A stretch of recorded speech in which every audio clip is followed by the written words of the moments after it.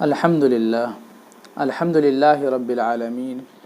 والصلاة والسلام علی سید الانبیاء والمرسلین وعلی آلہ واصحابہ اجمعین ومن تبعہم بإحسان ودعا بدعوتہم الی یوم الدین اما بعد فاعوذ باللہ من الشیطان الرجیم بسم اللہ الرحمن الرحیم فاستجاب لهم ربهم انی لا اضیع عمل عامل منکم من ذکر او انثى بعضکم من بعض صدق اللہ العظیم۔ میرے محترم بھائیوں اور دوستوں، خصوصاً ماؤں اور بہنوں، اللہ تعالیٰ نے دنیا کا جو نظام بنایا ہے وہ ایک انوکھا نظام ہے۔ اللہ تعالیٰ کی قدرت ہر چیز پر کار فرما ہے اور ہر انسان اس بات کو جانتا ہے، لیکن اللہ تعالیٰ نے اس انسان کو پیدا فرمایا اور اتنی ساری مخلوقات، بے شمار مخلوقات اللہ تعالیٰ نے پیدا فرمائی، اور سب میں اشرف مخلوق اللہ تعالیٰ نے انسان کو بنایا۔ حالانکہ انسان گویا کہ یہ بھی ایک طرح کا حیوان ہے، حیوان ناطق اس کو کہا گیا ہے۔ بعض لوگ وہ ہوتے ہیں انہی انسانوں کے اندر جو جانور سے بھی بدتر ہوتے ہیں، جن میں انسانیت، ہمدردی کا کوئی پہلو نظر نہیں آتا، اور یہ صفت انسان کی نہیں، یہ جانور کی ہوتی ہے۔ جیسا کہ کسی بکری چرانے والے کو آپ دیکھیں، وہ بکری چراتے ہوئے جا رہا ہو تو وہ بکری کی رسی پکڑنے کے باوجود بھی بکری کسی کھیت کی طرف یا کوئی کسی کی کھانے کی چیز پڑی ہے تو اس کی طرف لپکتی ہے۔ وہ بکری مالک کے ہاتھ میں اس کی رسی ہے، اس کے باوجود بھی دوسرے کے کھیت میں، دوسرے کی کھانے کی چیز میں منہ مارنے کی کوشش کرتی ہے، یہاں تک کہ وہ دوسرے کا نقصان کر دیتی ہے۔ یہ تو اس وقت کی صورتحال ہے جبکہ اس کی رسی اس کے مالک کے ہاتھ میں ہے۔ اگر اس کا مالک اس وقت موجود نہ ہو تو دوسرے کا بہت زیادہ نقصان کرتی ہے، اور اس نقصان کا ہرجانہ اس کے مالک کو بھرنا پڑتا ہے۔ تو یہ صفت تو جانور کی ہے کہ جانور یہ نہیں دیکھتا کہ کون سی چیز میرے لیے جائز ہے، کون سی چیز میرے لیے ناجائز ہے، کون سی میرے لیے میرے مالک نے رکھی ہے کھانے کے لیے، کون سی میرے مالک کی نہیں ہے۔ وہ تو بس اس کا جو دل چاہتا ہے وہ کر گزرتی ہے۔ تو ہر جانور کی یہ صفت ہوتی ہے، وہ یہ نہیں دیکھتا ہے جانور کہ کون سی چیز میرے لیے جائز، کون سی ناجائز۔ اس لیے کہ جانور کے اندر عقل تو ہے لیکن عقل سلیم نہیں ہے۔ عقل سلیم تو اللہ تعالیٰ نے صرف اس انسان کو عطا فرمائی ہے، اور اللہ تعالیٰ نے اس کو اشرف المخلوقات کے لقب سے ملقب فرمایا ہے، اور اس کی وجہ یہ بھی ہے کہ اللہ تعالیٰ، دیکھیے ایک بات یہاں پر یہ یاد رکھیے کہ اللہ تعالیٰ نے فرشتوں کو پیدا فرمایا، جناتوں کو پیدا فرمایا، انسانوں کو پیدا فرمایا، بے شمار مخلوقات اللہ نے پیدا فرمائی، لیکن انسان ہی کو اشرف المخلوقات کیوں بنایا؟ حالانکہ اگر عبادت کا پہلو اگر ہم دیکھتے ہیں تو عبادت تو انسان سے کہیں گنا زیادہ فرشتے کرتے ہیں۔ فرشتوں کی عبادت کا تو آپ تصور نہیں کر سکتے کہ فرشتے کو اللہ تعالیٰ نے جس کام کے لیے پیدا کیا ہے وہ اسی کام میں لگا ہوا ہے۔ کوئی عبادت، کوئی سجدے میں کر رہے تو کوئی سجدے میں ہی رہتا ہے، کوئی قیام میں ہے تو ہمیشہ قیام میں ہی رہے گا، کوئی رکوع میں ہے تو ہمیشہ رکوع میں ہی رہے گا۔ یعنی فرشتوں کو اللہ تعالیٰ نے صرف خالص عبادت ہی کے لیے پیدا فرمایا ہے۔ حالانکہ ہم یہ سنتے ہیں، اور واقعی قرآن میں اللہ تعالیٰ نے بیان فرمایا وَمَا خَلَقْتُ الْجِنَّ وَالْإِنسَ إِلَّا لِيَعْبُدُونَ، کہ ہم نے انسانوں کو اور جناتوں کو صرف اپنی عبادت کے لیے پیدا فرمایا ہے۔ تو اللہ نے انسانوں کو اور جناتوں کو بھی اپنی عبادت کے لیے پیدا فرمایا ہے، اور فرشتوں کو بھی عبادت کے لیے پیدا فرمایا ہے، لیکن انسان اور جناتوں کا ذکر ایک ساتھ ہے، فرشتوں کا ذکر یہاں پر نہیں ہے، فرشتوں کا ذکر دوسری جگہ پر ہے۔ تو فرشتوں کو اللہ تعالیٰ نے بھی اللہ تعالیٰ نے صرف عبادت کے لیے پیدا فرمایا ہے، لیکن وہ فرشتے جو پلک جھپکنے کے برابر بھی اللہ کی نافرمانی نہیں کرتے، ان سے بھی افضل اللہ تعالیٰ نے اس انسان کو قرار دیا ہے کہ یہ انسان افضل ہے، افضل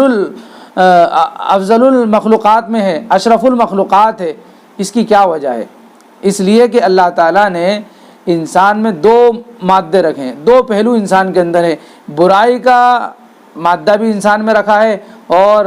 نیکی کا مادہ بھی اللہ نے انسان میں رکھا ہے۔ انسان یہ خواہشات پر بھی چل سکتا ہے اور خواہشات سے رک بھی سکتا ہے، یہ دونوں چیزیں اللہ تعالیٰ نے انسان کے اندر رکھی ہیں، لیکن فرشتوں کے اندر صرف اطاعت کا، فرما برداری کا، بات کو ماننے کا، عمل کرنے کا مادہ ان کے اندر رکھا ہے، اس لیے وہ پلک جھپکنے کے برابر بھی اللہ کی نافرمانی نہیں کرتے ہیں، اس لیے کہ وہ خواہشات کی صفت سے محروم ہے۔ خواہشات کی صفت اللہ تعالیٰ نے فرشتوں کے اندر نہیں رکھی، صرف عبادت کی، اطاعت کی، فرما برداری کی صفت ان کے اندر رکھی ہے، اسی لیے یہ انسان فرشتوں سے آگے بڑھ جاتا ہے۔ اس کی مثال یوں ہے کہ ایک نابینا انسان ہے، اندھا شخص ہے، وہ یوں کہتا ہے کہ میں بد نظری نہیں کرتا ہوں، تو اس میں اس کا کیا کمال ہے؟ اس لیے کہ وہ تو ہے ہی نابینا، وہ دیکھنا چاہے تو بھی نہیں دیکھ سکتا۔ ایسے ہی فرشتوں کا ہے کہ فرشتوں کے اندر اللہ تعالیٰ نے خواہشات کی صفت رکھی ہی نہیں ہے، ان کے اندر تو صرف اطاعت کی صفت اللہ تعالیٰ نے رکھی ہے، اور انسان کے اندر دونوں صفت رکھی ہیں۔ تو یہ انسان گویا کہ ایسا ہی ہے کہ آنکھ اللہ تعالیٰ نے اس کو عطا فرمائی ہے اور یہ اپنی آنکھوں کو بے حیائی سے، برائی سے بچا رہا ہے، تو یہ کمال کی بات ہے۔ اور وہ نابینا، وہ اندھا شخص اگر اپنے آپ کو یہ کہے کہ میں جو ہے بے حیائی سے، برائی سے اور بد نظری سے اپنے آپ کو بچاتا ہوں، تو اس میں اس کا کوئی کمال نہیں ہے، اس لیے کہ اللہ تعالیٰ نے اس کو بینائی کی صفت عطا نہیں فرمائی، اور جس کو عطا فرمائی ہے وہ اگر بچتا ہے تو اس کا مقام الگ ہے، وہ اس کو کہا جائے گا کہ ہاں یہ واقعی جو ہے افضل ہے، اس لیے کہ اس نے اپنے آپ کو خواہشات ہونے کے باوجود کنٹرول کر لیا۔ تو اللہ تعالیٰ نے خواہشات کو پیدا کیا، اور جو انسان خواہشات کو دبا لے تو وہ انسان اشرف المخلوقات ہیں۔ یوں تو اللہ نے ہر انسان کو اشرف المخلوقات کے نام سے جو ہے ذکر فرمایا ہے، لیکن اب یہ دیکھنا ہے کہ کیا ہم واقعی اشرف ہونے کے لائق ہیں، یا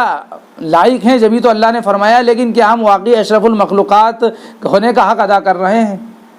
اگر نہیں کر رہے ہیں تو کیا بتائیے، جب انسان کو کسی عہدے پر فائز کیا جائے اور وہ اس عہدے پر برقرار نہ رہے، یعنی کسی کو کسی چیز کا ذمہ دار بنایا گیا اور وہ اس ذمہ داری کو جیسے اس کو ادا کرنا چاہیے تھا نہیں ادا کر رہا ہے، تو کیا آپ گوارا کریں گے کہ اس کو اسی ذمہ داری پر برقرار رکھا جائے؟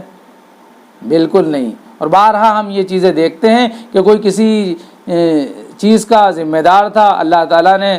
اس کو کوئی عہدہ عطا فرمایا تھا اور وہ اس عہدے پر برقرار، اس عہدے کو، اس کی ذمہ داری کو ادا نہیں کر پایا، اللہ تعالیٰ نے اس کو ہٹا دیا، لوگ اس کو ہٹا دیتے ہیں۔ تو ایسا ہی ہے کہ اللہ تعالیٰ نے اس کو اشرف المخلوقات بنایا ہے، اور یہ اشرف المخلوقات ہے، اس میں کوئی شک و شبہ نہیں ہے، لیکن یہ اشرف المخلوقات ہونے کا حق ادا کر رہا ہے یا نہیں کر رہا ہے؟ نہیں کر رہا ہے، اسی وجہ سے آزمائشوں میں ابتلا اور پریشانی میں مبتلا ہے۔ اس لیے ایسے پرفتن اور خطرناک اور نازک دور میں جو سب سے بڑی ذمہ داری ہے، جو سب سے بڑی برائی امت کے اندر رائج ہے، اگر دیکھا جائے تو اس کا دروازہ کیا ہے؟ اس برائی کا دروازہ کیا ہے؟ یہ برائی آ کہاں سے رہی ہے؟ اس برائی کا دروازہ کیا ہے؟ اگر آپ غور کریں گے تو اچھی طرح سے سمجھ میں آ جائے گا کہ یہ برائی کا دروازہ عورت ہے۔ اس دور میں ایسا نہیں ہے کہ مرد جو ہے پاک باز ہیں، صاف ہیں، ستھرے ہیں، ایسا نہیں ہے، لیکن زیادہ تر جو بے حیائی اور زیادہ تر جو رسم و رواج رائج ہیں وہ عورتوں کے ذریعے سے۔ اس لیے اگر عورتوں کی اصلاح ہو جائے، خواتین کی اصلاح ہو جائے، تو پھر اس کے ذریعے سے گھر کا ماحول درست ہوگا، اور پھر گھر میں جو بچے پرورش پا رہے ہیں، اسی طرح جو نونہال بڑے ہو رہے ہیں، اسی طرح گھر کا ماحول جب دینی ہو رہا ہے تو اس کا اثر دوسروں پر پڑ رہا ہے، بچوں پر پڑ رہا ہے، اور بچوں کی تعلیم کا اثر دوسروں پر پڑ رہا ہے۔ ایک شاندار معاشرہ جو ہے عروج پا سکتا ہے، اور شاندار معاشرہ وجود میں آتا ہے، اور اس کی مثالیں آج بھی جو ہے بارہا دیکھنے میں آتی ہیں، اور قرون اولیٰ میں تو اس کی مثال جو ہے ایک نہیں، ہزاروں نہیں، لاکھوں کی تعداد میں آپ کو مل جائے گی۔ لیکن آج جو بے حیائی عورتوں کے ذریعے سے، مستورات کے ذریعے سے امت میں رائج ہو رہی ہے، بڑھ رہی ہے، اس کی وجہ کیا ہے؟ اس کی وجہ یہ ہے کہ ہماری مستورات نے، ہماری خواتین نے ان عورتوں کو، ان خواتین کو نمونہ بنایا ہے، آئیڈیل بنایا ہے، جو دین سے ہٹی ہوئی ہیں، جو صرف فیشن کے نام پر اور اسی طرح بے حیائی کے نام پر جو ہے، جنہوں نے دنیا کو اپنا مقصد بنا لیا ہے، ان کو ہماری مستورات نے اپنا نمونہ اور آئیڈیل بنا رکھا ہے۔ اس لیے جو ہے بے حیائی ہمارے گھروں تک پہنچ چکی ہے اور پہنچ رہی ہے۔ اس لیے ماحول دن بدن بگڑتا چلا جا رہا ہے۔ اور اگر یہ مستورات اور یہ خواتین اس نہج پر آ جائیں جس پر اللہ کے نبی صلی اللہ علیہ وسلم لے کر آئے تھے، اور وہ مثالی معاشرہ آپ نے قائم کیا تھا صحابہ کرام کا، جس کی مثالیں آج تک زمانہ پیش کرنے سے عاجز ہے، تو آج بھی حالات سدھر سکتے ہیں اور معاشرہ صحیح ہو سکتا ہے۔ آپ دیکھیے، اللہ کے نبی صلی اللہ علیہ وسلم کی پوری زندگی پوری امت کے لیے نمونہ ہے، آئیڈیل ہے۔ اب آپ صلی اللہ علیہ وسلم کی جو باہر کی زندگی ہے، وہ تو صحابہ کرام نے حدیثوں کے ذریعے بیان فرما دی ہے، اور الحمدللہ بعد کے جو ہمارے اکابرین تھے صحابہ کرام، اور ان کے بعد تابعین، تبع تابعین، ان کے ذریعے سے احادیث کا ایک بہت بڑا ذخیرہ الحمدللہ امت کے سامنے آج بھی موجود ہے۔ اور اس سمندر سے جو ہمارے اسلاف نے اب تک پہنچایا ہے، اس سے سب لوگ فائدہ اٹھا رہے ہیں اور اپنی زندگیوں کو تر و تازہ کر رہے ہیں، دینی ماحول قائم کر رہے ہیں، دین کو سیکھ رہے ہیں، سکھا رہے ہیں۔ بہرحال اس میں کوئی دو رائے نہیں ہے، لیکن وہ شخصیات، یعنی صحابیات کا جو کردار نبی کے زمانے میں اور بعد کے زمانے میں رہا ہے، اور صحابیات کی جو زندگی تھی، امت کے سامنے جس طرح پیش اس کو کرنا چاہیے تھا یا ہونا چاہیے تھا، وہ اس حد تک نہیں ہو سکی ہے۔ ہماری اردو زبان ہے، اردو زبان کے اندر بھی اگر آپ دیکھیں گے تو صحابیات کے نام سے گنی چنی کتابیں آپ کو نظر آئیں گی۔ تو رجال اسلام پر، مردوں پر تو کافی کام ہوا ہے، مردوں کی شخصیت سازی ہوئی ہے، ان کو اسلام اور دین سمجھایا گیا ہے، اور انہوں نے سمجھا بھی ہے، اور ان پر کافی کتابیں لکھی گئی ہیں، بے شمار کتابیں لکھی گئی ہیں۔ لیکن مستورات کا جہاں تک تعلق ہے تو ان کے بارے میں ادھر توجہ کم ہوئی ہے، اور یہی وجہ ہے جو امت کے اندر بگاڑ کا سبب بنی ہے۔ ظاہر سی بات ہے، جب انسان کو نمونہ نہیں ملے گا تو وہ اس انسان کو نمونہ بنائے گا جو نمونہ بننے کے لائق نہیں ہے۔ اگر ہم نے ہماری مستورات تک صحابہ کرام کی، صحابیات کی زندگی کو نمونے کے طور پر بیان کیا ہوتا، ان کو سمجھایا ہوتا، اس کی تعلیمات کا سلسلہ ہم نے اگر گھروں میں شروع کیا ہوتا، تو پھر یہ مستورات صحابیات کی زندگی کو نمونہ سمجھتی اور اسی کے مطابق زندگی گزارتی۔ لیکن یہ ہماری امت مسلمہ کی ایک بڑی کوتاہی رہی ہے کہ صحابیات کی زندگی کو جس طرح امت کی ماؤں کے سامنے، بیٹیوں کے سامنے، بہنوں کے سامنے اور دنیا کی بسنے والی ہر عورت کے سامنے پیش کرنا چاہیے تھا، اس کا حق ادا ہم نے نہیں کیا ہے۔ یہی وجہ ہے کہ آج جو ہے امت بے حیائی اور عریانیت کی طرف جا رہی ہے، اور اس میں اہم رول رہا ہے ہم لوگوں کی کوتاہی رہی ہے۔ اب دیکھیے، کوئی بھی عورت اگر وہ چاہتی ہے کہ میرے کو سب سے اچھا نمونہ مل جائے اپنی زندگی گزارنے کے لیے، تو صحابیات کی زندگی ہے۔ اور صحابیات میں امہات المؤمنین یعنی نبی صلی اللہ علیہ وسلم کی بیویوں کی زندگی ہے، اس لیے کہ نبی کی جو زندگی تھی، خیر لے کر، بھلائی لے کر، ہدایت لے کر جو آئے ہیں وہ ہم سب کے نبی صلی اللہ علیہ وسلم ہیں۔ لیکن میں نے جیسا کہ ابھی بتایا کہ جو باہر کی زندگی تھی وہ تو صحابہ کرام نے بیان کر دی اور ہم تک پہنچ چکی ہے الحمدللہ، اور جو اندرونی دین تھا، یعنی جو گھریلو زندگی تھی نبی صلی اللہ علیہ وسلم کی، اس کو بھی صحابیات کے ذریعے، ازواج مطہرات کے ذریعے محدثین نے اور ہمارے اسلاف نے ان کو بھی کتابوں میں جمع کر دیا ہے الحمدللہ۔ اس کا بھی بڑا ذخیرہ حدیث کی کتابوں میں اور دیگر تاریخ کی کتابوں میں موجود ہے، سیرت کی کتابوں میں موجود ہے، لیکن اس کو کما حق خواتین تک، مستورات تک پہنچایا نہیں گیا جیسا کہ اس کا حق تھا۔ تو ازواج مطہرات انہوں نے نبی کی زندگی کو بالکل قریب سے دیکھا تھا، اس لیے صحابیات میں امہات المومنین یعنی نبی صلی اللہ علیہ وسلم کی بیویوں کی زندگی کو امت کے سامنے پیش کیا جائے، اس لیے کہ انہوں نے نبی کی زندگی کو بہت قریب سے دیکھا ہے، اور ان کی زندگی کو پڑھنے کے بعد اور ان کی زندگی کو سمجھنے کے بعد امت کے اندر انشاءاللہ جو غیروں کی طرف سے اعتراضات ہوتے ہیں وہ بھی دفع ہو جائیں گے، اور اسی طرح امت کی ماؤں کی، بہنوں کی اور بیٹیوں کی زندگیوں میں جو ہے ایک ہدایت کی کرن پھوٹ پڑے گی، جس کے ذریعے معاشرہ جو ہے معاشرہ ترقی کرے گا، اور پھر اسلامی فضا، اسلامی ماحول قائم ہوگا جو دنیا میں دیکھنے کے قابل ہوگا، دوسروں کو دکھانے کے لائق ہوگا، اور لوگ اس کو دیکھ کر یہ کہیں گے کہ جب اسلام کے ماننے والے، محمد صلی اللہ علیہ وسلم کے ماننے والے ایسے ہیں، ان کی مائیں بہنیں ایسی ہیں، تو پھر ان کے جو اسلاف ہوں گے، ان کے جو اکابرین ہوں گے، جو صحابیات ہوں گی، وہ کس طرح سے ہوں گی۔ تو یاد رکھیے، اور جس طرح کے نبی صلی اللہ علیہ وسلم نے بھی فرمایا ہے کہ بچے کا پہلا مدرسہ ماں کی گود ہے، تو شروعات جو ہوتی ہے تربیت کی وہ ماں کی گود سے ہوتی ہے۔ اگر ماں کی ہی تربیت نہیں ہوگی تو پھر تربیت کا کوئی تصور بعد کے لوگوں کے پاس نہیں کیا جا سکتا۔ جیسے کہ اسکول کا استاد ہو، مدرسے کا استاد ہو، وہ تربیت نہیں کر سکتا جو تربیت ایک ماں کر سکتی ہے۔ اس لیے یہاں پر کچھ باتیں ضروری آپ نوٹ کر لیجئے۔ پہلی بات تو یہ ہے کہ اگر ہمارے سامنے نمونہ ہوگا کہ ہم کس کی زندگی کو دیکھ کر اپنی زندگی گزاریں، تو پھر ہم دوسرے کو نمونہ نہیں بنائیں گے،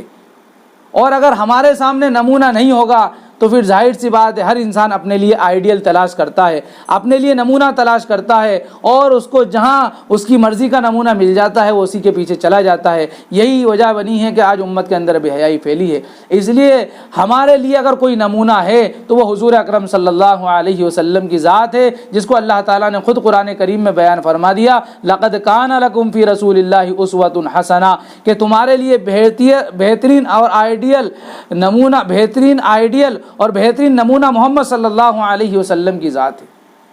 اور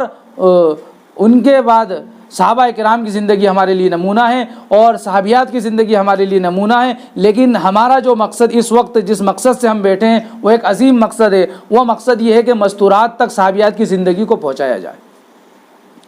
اور صحابیات میں سب سے پہلے امہات المؤمنین کی زندگی کو پہنچایا جائے، اور امہات المؤمنین میں سے جو نبی صلی اللہ علیہ وسلم کی سب سے کم عمر بیوی جن کا نام حضرت عائشہ صدیقہ رضی اللہ تعالی عنہا ہے، ان کی زندگی سے ہم شروعات کریں گے، اور روزانہ 30 منٹ کا درس انشاءاللہ آپ کے سامنے دیا جائے گا، اور پوری زندگی پہلے حضرت عائشہ رضی اللہ تعالی عنہا کی بیان کی جائے گی۔ اور آپ یہاں پر یہ سمجھتے چلیں کہ حضرت عائشہ رضی اللہ عنہا کی زندگی، میں بتاؤں آپ کو، یوں تو تمام صحابیات کی زندگی اور تمام امہات المومنین کی زندگی، لیکن حضرت عائشہ رضی اللہ عنہا کی زندگی ہمارے لیے سب سے افضل اور اعلیٰ زندگی ہے، اس لیے کہ نبی صلی اللہ علیہ وسلم کی جو حدیثیں ہیں، صحابہ میں سب سے زیادہ اگر کوئی حدیث بیان کرتا ہے تو وہ حضرت ابو ہریرہ رضی اللہ تعالیٰ عنہ ہیں، لیکن حضرت ابو ہریرہ رضی اللہ تعالیٰ عنہ کے بعد اگر حدیث کا ایک بڑا ذخیرہ اگر کسی کے پاس ملتا ہے تو وہ حضرت عائشہ صدیقہ رضی اللہ عنہا کی ذات ہے۔ حضرت عائشہ رضی اللہ تعالیٰ عنہ حضرت ابو ہریرہ رضی اللہ عنہ کے بعد سب سے زیادہ حدیث بیان کرنے والی صحابیہ ہیں۔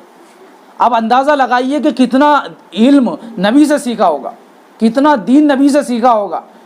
اور اتنے قریب سے نبی سے سیکھا ہے کہ جتنا کسی اور نے نہیں سیکھا ہوگا۔ تو یوں تو تمام امہات المومنین کی زندگی ہمارے لیے نمونہ ہے، لیکن حضرت عائشہ رضی اللہ تعالی عنہ امت کے اندر ایک فقیہ کی حیثیت رکھتی ہیں، تو بڑے علوم نبی سے انہوں نے حاصل کیے ہیں۔ آپ دیکھیے، میں مثال کے طور پہ اسی کتاب کی روشنی میں جو کتاب میں آپ کے سامنے درس کے طور پر انشاءاللہ کل سے شروع کروں گا 1 اگست سے، اس کا میں نے اعلان بھی جو ہے کافی پہلے نکلوا دیا تھا کہ حضرت عائشہ رضی اللہ عنہا کی زندگی کے بارے میں اس صدی کے نامور اور مشہور مورخ علامہ سید سلیمان ندوی رحمۃ اللہ علیہ نے ایک ایسی جامع ترین کتاب تصنیف کی ہے حضرت عائشہ رضی اللہ تعالی عنہ کی شان میں آپ کی زندگی کو اتنے اچھوتے انداز میں مرتب کیا ہے کہ اس کی مثال کسی اور کتاب میں آپ کو نہیں مل سکتی۔ علامہ سید سلیمان ندوی رحمۃ اللہ علیہ، آپ نے سنا ہوگا ان کے بارے میں کہ ایک مشہور اور معروف مورخ ہیں۔ ان کی حالات زندگی کے بارے میں کچھ تھوڑا سا سن لیں آپ کہ یہ مشہور مورخ اور تاریخ نگار علامہ شبلی نعمانی رحمۃ اللہ علیہ کے خاص شاگرد تھے، اور علامہ شبلی نعمانی رحمۃ اللہ علیہ جنہوں نے سیرت النبی کی ایسے جامع ترین کتاب تیار کی ہے، لکھی ہے کہ اس کی بھی مثال نہیں ملتی۔ اور سیرت النبی کے بعد ان کے شاگردوں میں حضرت عائشہ رضی اللہ عنہا کی زندگی کی جو کتاب علامہ سید سلیمان ندوی رحمۃ اللہ علیہ نے لکھی ہے، اس کی مثال بھی آپ کو نہیں مل سکتی۔ اور اردو کتابوں میں سب سے پہلی کتاب ہے یہ سیرت عائشہ رضی اللہ عنہا جو لکھی گئی ہے، اور مصنف خود لکھتے ہیں، انہوں نے لکھا ہے کہ سیرت عائشہ رضی اللہ عنہا کا آغاز مصنف نے صرف اپنے شوق سے کیا تھا۔ جب یہ طالب علم تھے اسی زمانے سے انہوں نے شوق میں حضرت عائشہ رضی اللہ عنہا کی زندگی کو لکھنا شروع کر دیا تھا، لیکن الحمدللہ اس کا انجام آغاز سے بہتر ہوا۔ شروعات تو شوق میں کی تھی لیکن آغاز بہت بہتر ہوا۔ وہ بہتر کس طرح ہوا؟ فرماتے ہیں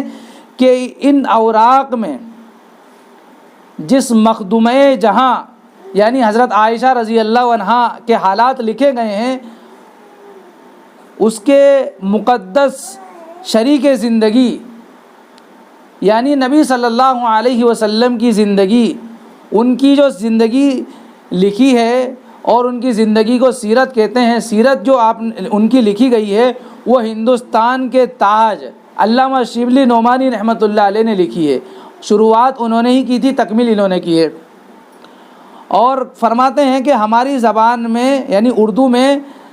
تصنیف ہوئی ہے اس کی، اور ایسی حالت میں ضروری تھا کہ اب سیرت النبی تو شائع ہو چکی ہے، اس کی شروعات ان کے استاد نے کی تھی، تکمیل انہوں نے کی ہے۔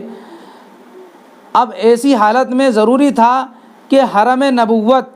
کی سیرت پاک کی تصنیف کا ایما بھی ادھر سے ہو، یعنی جنہوں نے سیرت النبی لکھی ہے، نبی کی زندگی لکھی ہے، اگر وہی اشارہ کریں تو میں جو ہے ان کے اوپر، ان کی بیوی کے اوپر ایک کتاب تصنیف کر دوں، یہ کہہ رہے ہیں۔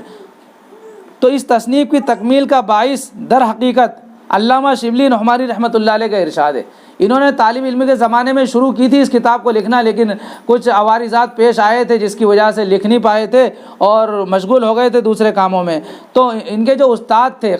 استاد الاساتذہ علامہ شبلی نعمانی رحمۃ اللہ علیہ، انہوں نے بار بار اصرار کیا اور ان کو سمجھایا کہ آپ یہ کتاب لکھو۔ اور جب علامہ شبلی نعمانی رحمۃ اللہ علیہ کی وفات ہو گئی تو 29 نومبر 1914 عیسوی کو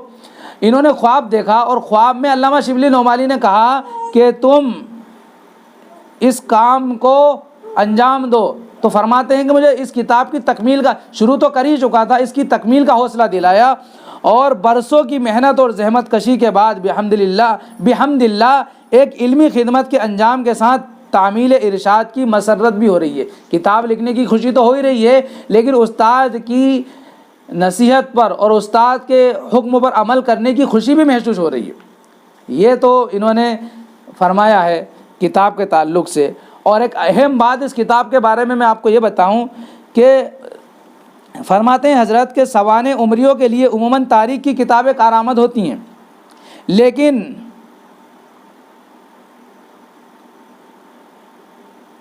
اس وقت جس زمانے کے واقعات مجھے لکھنا ہے اس کی تاریخ صرف حدیث کی کتابوں میں ملنا ہے۔ نبی صلی اللہ علیہ وسلم کے زمانے کے حالات لکھنا ہے، اور نبی صلی اللہ علیہ وسلم کی بیوی مطہرہ مقدسہ حضرت عائشہ رضی اللہ عنہا کی زندگی لکھنا ہے، تو ان کی زندگی تو صرف حدیث کی کتابوں میں مل سکتی ہے۔ تو یہ فرمایا کہ صرف حدیث کی کتابوں میں یہ ذخیرہ مجھے ملے گا۔ یہ تمام ذخیرہ در حقیقت جناب سرور کائنات صلی اللہ علیہ وسلم، امہات المؤمنین اور اصحاب کبار رضی اللہ عنہم اجمعین کی مقدس زندگیوں کا عملی تاریخ ہے۔ اس بنا پر میری معلومات کا ماخذ صرف احادیث کی کتابیں ہیں۔ جوامع،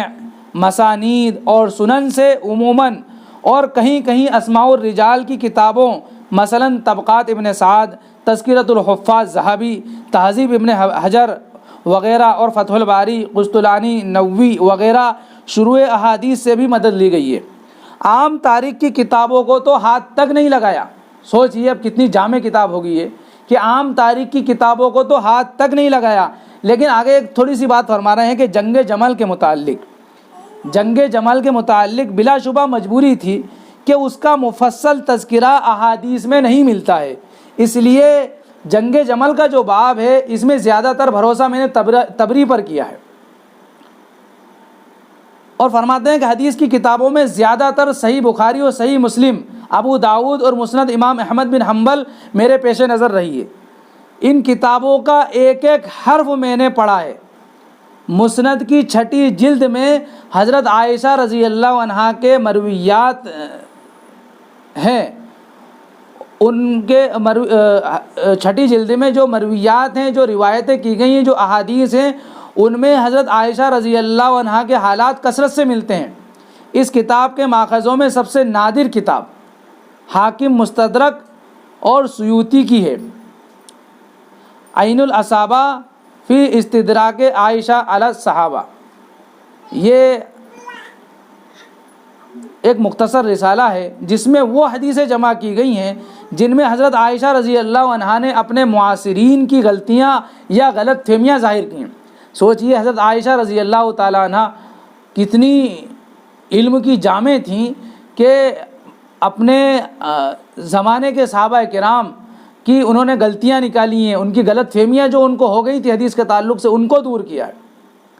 اور لکھا ہے حضرت نے کہ ارباب نظر جو حدیث کے جاننے والے ہیں، جن کی حدیث پر گہری نظر ہے، وہ جانتے ہیں کہ احادیث کی کتابوں میں اور خاص طور سے بخاری میں حالات اس قدر منتشر اور متفرق ہے کہ ان کو ڈھونڈ کر یکجا کرنا چیونٹیوں کے منہ سے شکر کے دانے چننا ہے۔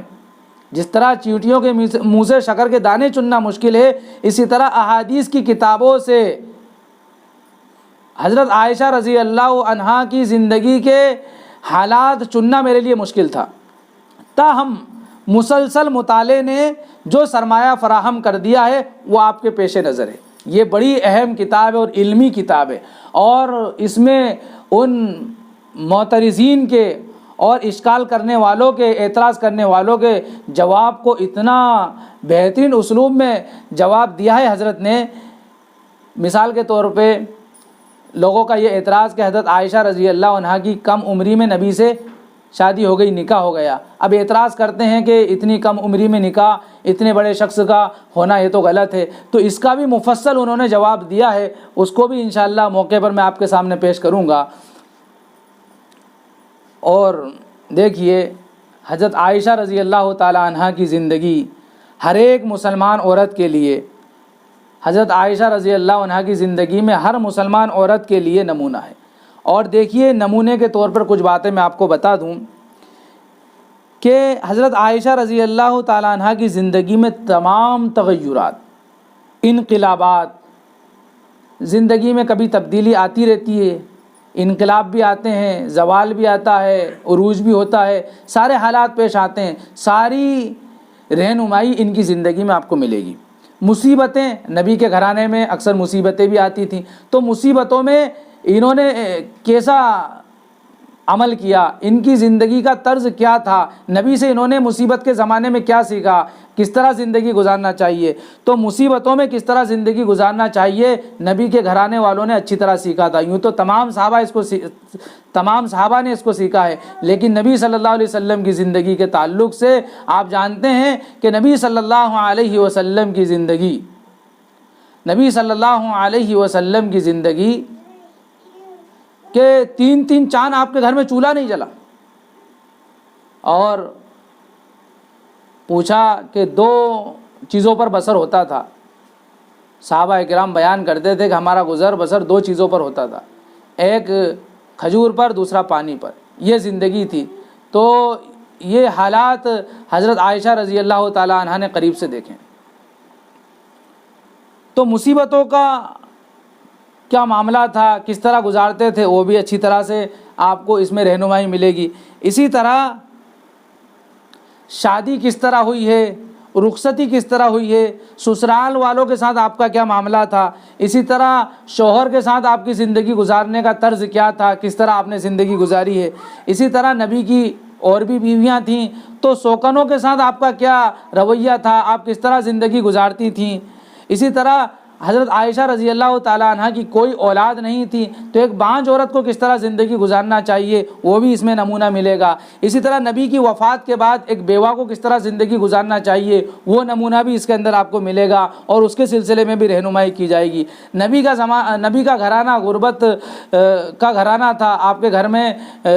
غربت تھی تو غربت میں کس طرح زندگی گزاری جاتی ہے وہ بھی اس کے اندر آپ کو سیکھنے کو اور رہنمائی کے طور پر عمل کرنے کو ملے گا سبق۔ اسی طرح رشک کس طرح کرنا چاہیے، کتنا ہونا چاہیے، کن کاموں میں ہونا چاہیے، اسی طرح سوکنے ہیں آپس میں حسد ہو جاتا ہے تھوڑا بہت تو وہ کس درجے کا حسد تھا، اپنی ذات کے لیے نفس کے لیے تھا یا پھر دین کے لیے تھا۔ تو حسد کے تعلق سے، رشک کے تعلق سے غرض یہ ہے کہ حضرت عائشہ رضی اللہ عنہا کی زندگی میں